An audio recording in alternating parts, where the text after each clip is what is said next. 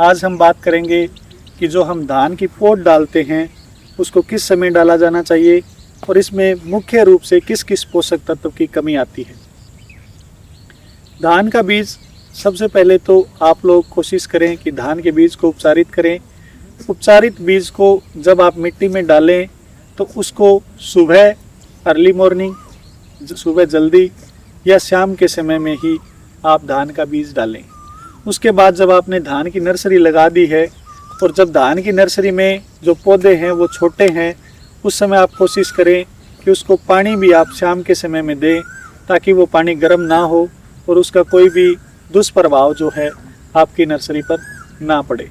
उसके बाद हम बात करते हैं कि नर्सरी में मुख्य रूप से किस किस पोषक तत्व की कमी आती है।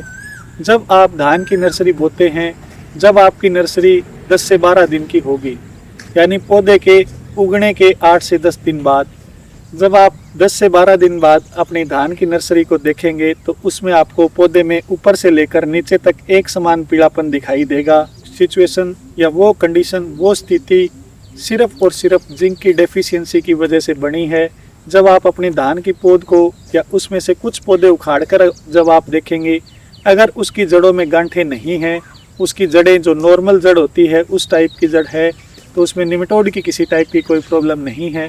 उसमें जो मुख्य रूप से समस्या है वो जिंक की डेफिशिएंसी की है। उसके लिए आप उसमें जिंक का स्प्रे करें।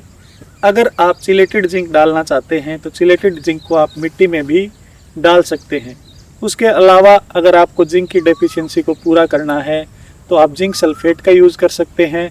और मार्केट में जिंक के काफ़ी सोर्सेज हैं, जिंक ऑक्साइड आता है, जिंक ग्लूकोनेट आता है, आप उसका इस्तेमाल भी जिंक की डेफिशिएंसी को कम करने के लिए या उसको ठीक करने के लिए आप उसका इस्तेमाल कर सकते हैं। जिंक की कमी मुख्य रूप से आपको नर्सरी में कहाँ कहाँ देखने को मिलेगी। जो भी आपने धान की नर्सरी लगाई है उसमें जिस एरिया में पानी नहीं खड़ा होता, कोई एरिया नर्सरी में थोड़ा ऊंचा एरिया होता है, उस एरिया में आपको मुख्य रूप से जहाँ पानी खड़ा नहीं हो रहा वहाँ पर आपको जिंक की डेफिशिएंसी देखने को मिलेगी। दूसरा, आपको जिंक की डेफिशिएंसी मुख्य रूप से देखने को मिलेगी अगर आप किसी नए एरिया में धान की जो नर्सरी है वो लगा रहे हैं।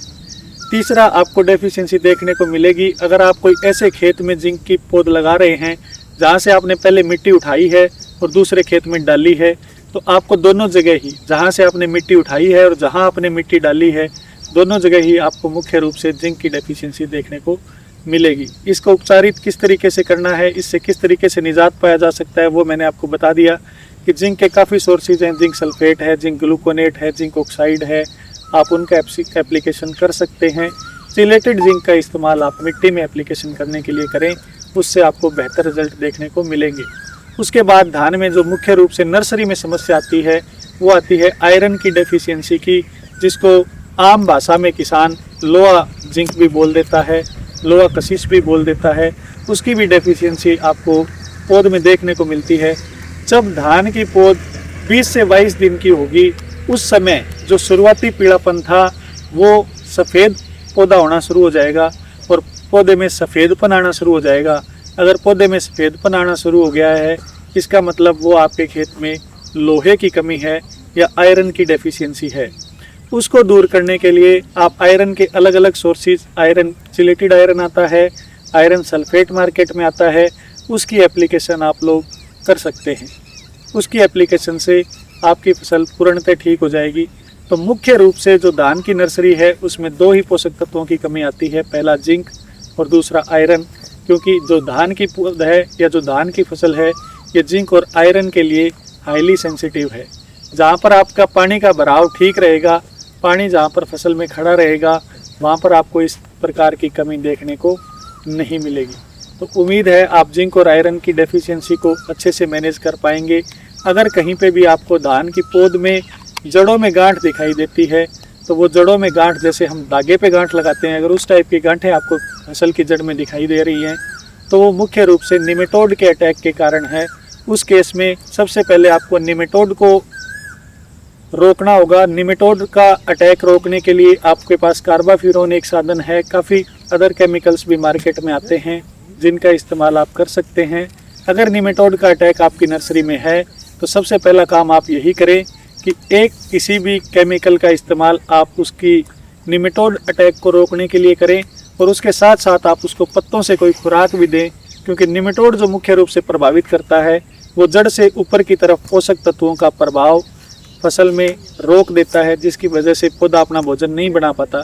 अगर आप पत्तों के ऊपर स्प्रे कर देंगे तो वो पौधा अपने पत्तों से न्यूट्रिशन को या पोषक तत्वों को अवशोषित कर लेगा और वो अपना भोजन सुचारू रूप से बना पाएगा। तो आप कभी भी जब निमेटोड का अटैक करें तो नीचे से निमेटिसाइड डालने के बाद आप ऊपर से उसमें खुराक की एप्लीकेशन ज़रूर करें, ताकि आपका पौधा जल्दी से जल्दी रिकवर कर सके, जल्दी से जल्दी वो अपनी सामान्य स्थिति में आ सके। धन्यवाद।